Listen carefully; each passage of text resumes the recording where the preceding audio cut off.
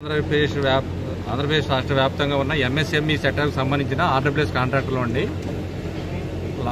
పోయిన సంవత్సరం సెప్టెంబర్లో మా పేమెంట్స్ క్లియర్ అయ్యి అప్పటి నుంచి ఈ రోజు వరకు కూడా మా పేమెంట్స్ క్లియర్ అవ్వలేదండి. దానివల్ల మేము మా మీద ఆధారపడిన కుటుంబాలన్నీ తీవ్ర ఆర్థిక ఇబ్బందులు ఎదుర్కొంటున్నాము. మాకు సంబంధించినంత వరకు మేము చేయగలిగిన వాటికి అప్పులన్నీ చేసి చాలా వరకు కంప్లీట్ చేసి మిగతా వర్కులు కంప్లీట్ చేయని పరిస్థితుల్లో లాస్ట్ సెప్టెంబర్ 1 నుంచి వర్కులు ఆపేస్తూ సంబంధిత ఎమ్మెల్యేలందరికీ కూడా ఇలా మేము పని చేయలేని పరిస్థితుల్లో వర్కులు ఆపుతున్నామని సాధ్యమైనంత వరకు అందరి ఎమ్మెల్యేలకి లెటర్లు ఇవ్వడం కూడా జరిగిందండి. సెప్టెంబర్ నుంచి ఇంతవరకు మేము పనులు చేయట్లేదు. పనులు చేయకపోయినా మీరు ఎందుకు చేయట్లేదు, ఏంటి మీ సమస్య ఏంటి అని చెప్పి మమ్మల్ని ఎవరు ఇంతవరకు సంప్రదించలేదండి. అలా వాళ్ళే చేస్తాలే అని, సరే వాళ్ళ ఉద్దేశాలు ఏంటో మాకు తెలియదు. అలాగే ప్రభుత్వం వచ్చిన తర్వాత లాస్ట్ ఇయర్ సెప్టెంబర్లో అప్పటి వరకు ఉన్న పేమెంట్స్ క్లియర్ చేసి తర్వాత 3 విడతలుగా పేమెంట్స్ ఇచ్చిందండి.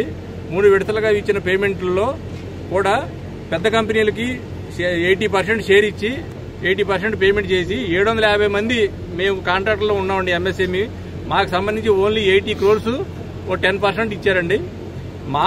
ఇదేంటంటే ఎంత డబ్బులు వస్తే అంత డబ్బులు ప్రాధాన్య క్రమంలో పెద్ద చిన్న తేడా లేకుండా అందరికీ ప్రాధాన్య క్రమంలో పేమెంట్ ఇప్పించగలరని మా యొక్క అందరి ఇదండి.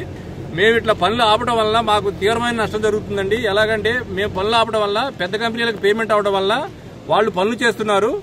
మాకు సంవత్సర క్రితం పెండింగ్ ఉన్న పేమెంట్లు క్లియర్ చేయకుండా పెద్ద కంపెనీలకి నిన్నగాక మనం పెట్టిన పేమెంట్స్ క్లియర్ చేస్తున్నారు.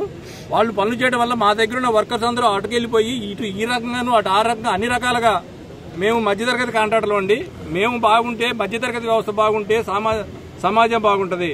ఈ మధ్యతరగతి కాంట్రాక్టులు అందరినీ కార్నర్ చేసేసి పెద్ద కంపెనీలు పేమెంట్ ఇవ్వడం వల్ల అన్ని రకాలుగా నష్టపోతున్నాము. ఇటు ఫైనాన్షియల్ గా బ్యాంకులకి లోన్లు కట్టలేక, వర్కర్స్ కి సమాధానం చెప్పలేక ఇట్లా అన్ని రకాలుగా ఇబ్బంది పడుతున్నామండి.